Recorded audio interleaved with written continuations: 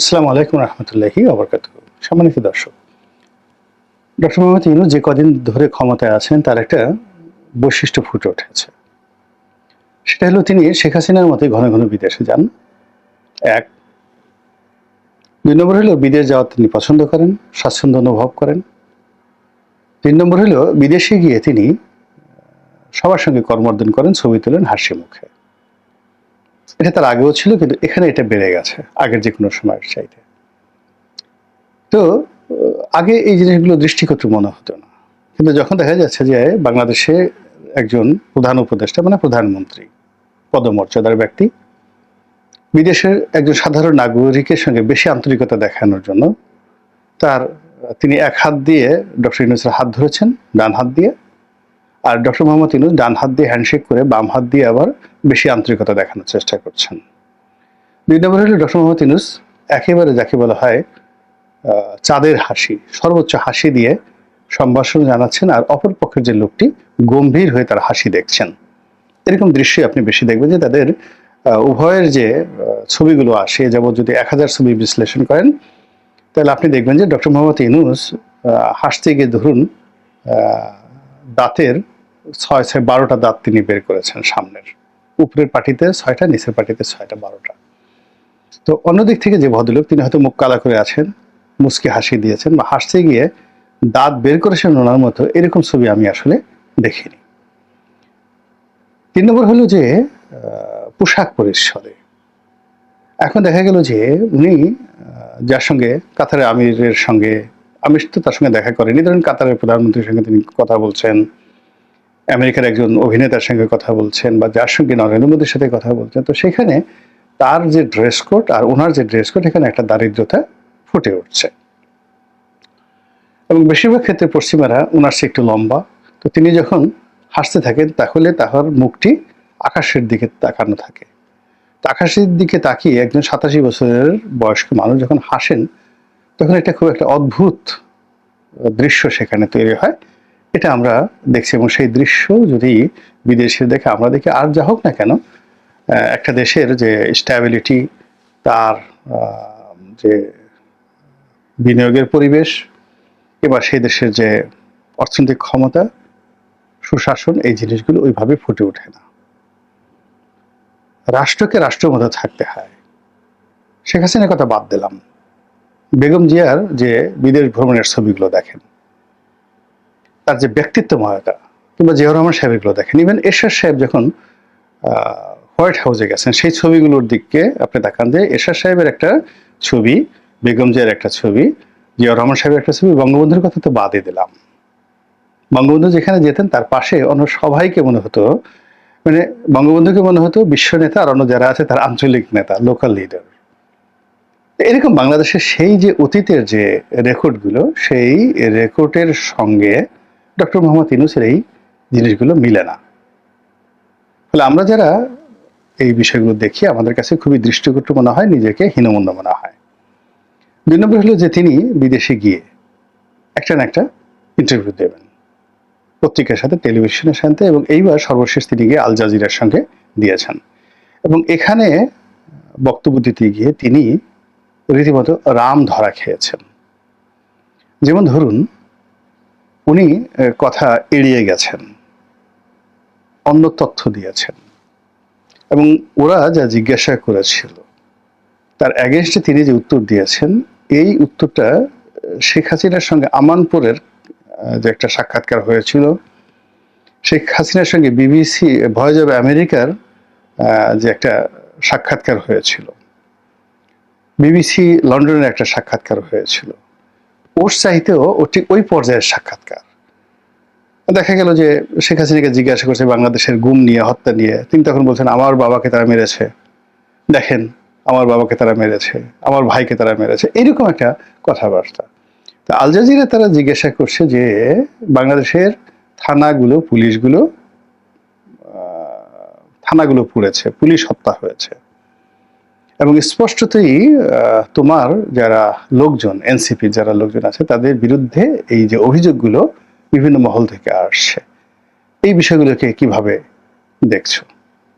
এটার উত্তর না দিয়ে তিনি যেভাবে পেঁচিয়েছেন, ঘুরিয়েছেন এবং তিনি বলছেন যে বাংলাদেশে এখন এরকম একটা অবস্থা তৈরি হয়ে গেছে যে মানুষ মনে করছে যে এই অন্তর্বর্তীকালীন সরকার তারা এটাকে সুবিধাজনক মনে করছে। বিএনপির চাইতে, আওয়ামী লীগের চাইতে, জামাতের চাইতে। ফলে এই জিনিসগুলো মানে ওই ভদ্রলোক যিনি প্রশ্ন করেছিলেন তার একেবারে চোয়াল শক্ত হয়ে গেছে। ঠিক এরকম একটা দুর্বোধ্য অবস্থায় পড়েছিলেন টিম সেবাস্তিয়ান, খুব বিখ্যাত বিবিসি সাংবাদিক, পরে এটা ডয়েস ভ্যালিতে ছিলেন। তিনি একটা সাক্ষাৎকার নিয়েছিলেন গহর রিজভির, একেবারে যাকে বলা হয় কচু দিয়ে দেওয়া। তো পশ্চিমা সাংবাদিকরা যে কিভাবে কচু দিতে পারে ওইটা ওই টিম সেবাস্তিয়ানের যে সাক্ষাৎকারটা যেটা গহর রিজভি, ওটা দেখলেই বুঝতে পারবেন।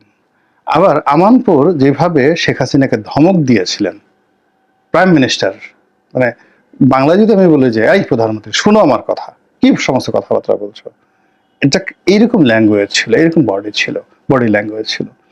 তো সেইগুলো দেখেও কিনা আমাদের শিক্ষা হয়নি, আমরা প্রস্তুতি না নিয়ে বা নিজের দুর্বলতার কথা চিন্তা না করে যে প্রশ্নগুলো আসতে পারে সে প্রশ্নগুলো আমাকে উত্তর দিতে হবে টু দি পয়েন্টে, এই মানসিক প্রস্তুতি না নিয়ে কথা ঘোরানো, যেটা মির্জা ফখরুলের সঙ্গে সম্ভব কিংবা যেটা জামাতের লোকের সঙ্গে সম্ভব, বাংলাদেশে বৈঠক করতে গিয়ে ডিসেম্বরে নির্বাচন হবে নচেত জানুয়ারিতে নির্বাচন হবে, নয় কিন্তু নচেত, এই জিনিসগুলো বাংলাদেশে যেটা সম্ভব বিদেশে সেই জিনিসগুলো প্রচন্ড বুমেরাং হয়ে যায়। তো ওখানে গিয়ে তিনি একটি কথা বলেছেন শেখ হাসিনার সম্পর্কে। তো তাকে জিজ্ঞাসা করা হয়েছিল মোদির সঙ্গে তার বৈঠকের ব্যাপারে, শেখ হাসিনার সম্পর্কে, এবং তিনি সেখানে যে বেফাস মন্তব্যটি করেছেন যে শেখ হাসিনার মুখ বন্ধ করার জন্য তিনি ওখানে বসে যে কথাগুলো বলেন, মুখ বন্ধ করার জন্য তিনি নরেন্দ্র মোদীকে অনুরোধ করেছিলেন। নরেন্দ্র মোদী বলেছেন যেটা তিনি পারবেন না। কেন পারবেন না? তাদের দেশে অবাধ স্বাধীনতা রয়েছে, যে কোনো লোক কথা বলতে পারে, যে কোনো লোকের মুখ বন্ধ করা তাদের দেশে সম্ভব নয়।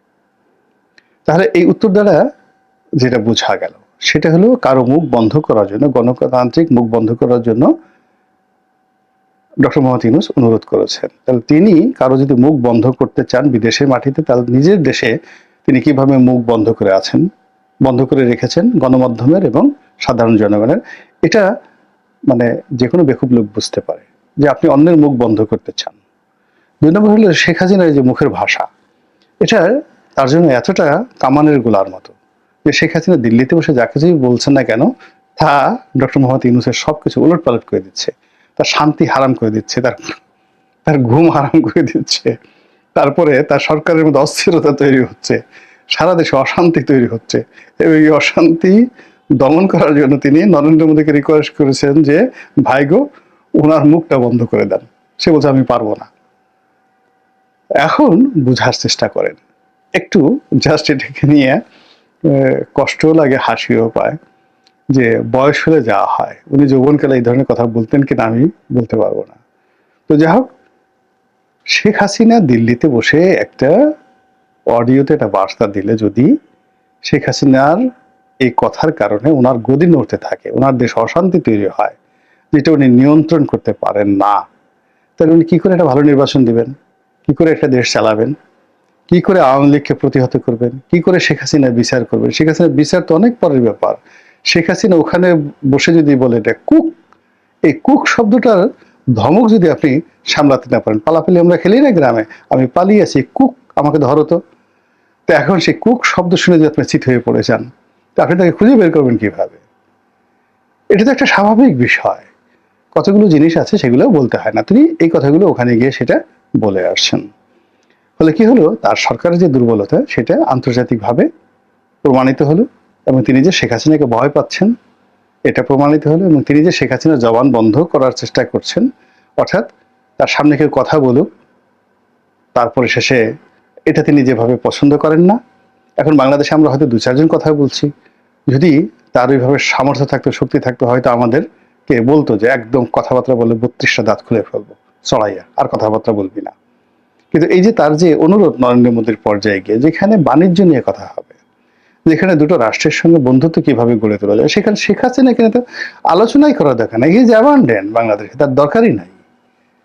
তাকে নিয়ে শেখ হাসিনা আওয়ামী লীগ নিয়ে কোনো প্রশ্ন না করে যে ভাই তোমার সঙ্গে আমাদের বন্ধুত্ব হবে কি করে, এটা হলো একটা স্টেটসম্যান সুলভ। তা না রেখে আমরা তার কাছে অনুরোধ করলাম যে শেখ হাসিনার জবানটা একটু বন্ধ করে দেন না ভাই, আর কিছু লাগবে না, ব্যবসা লাগবে না, বাণিজ্য লাগবে না, সীমান্তে যাইছে তাই করেন, সবকিছু করেন, মানে সিমলা চুক্তি বাতিল করেন, ট্রানজিট বাতিল করেন, সব বাতিল করেন, কিন্তু শেখ হাসিনার মুখটা বন্ধ করেন। তাহলে বুঝেন যে শেখ হাসিনাকে সে কি পরিমাণ ভয় পাচ্ছে।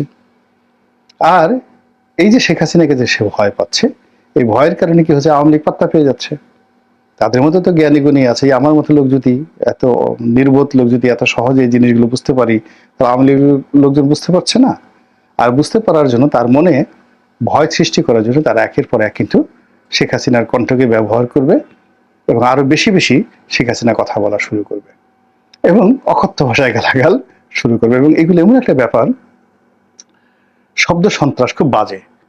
মধ্যে কয়েক বছর আগে আমরা দেখেছিলাম যে উত্তর কোরিয়া এবং দক্ষিণ কোরিয়ার সীমান্তে এরকম উত্তেজনা দেখা দিল এবং উত্তর কোরিয়ার যারা সৈন্য তারা গুলাগুলি না করে তারা মাইক লাগিয়ে দক্ষিণ কোরিয়ার সৈন্যদেরকে রীতিমতো গালাগাল শুরু করলো, অকথ্য অশ্লীল অশ্রাব্য ভাষায়।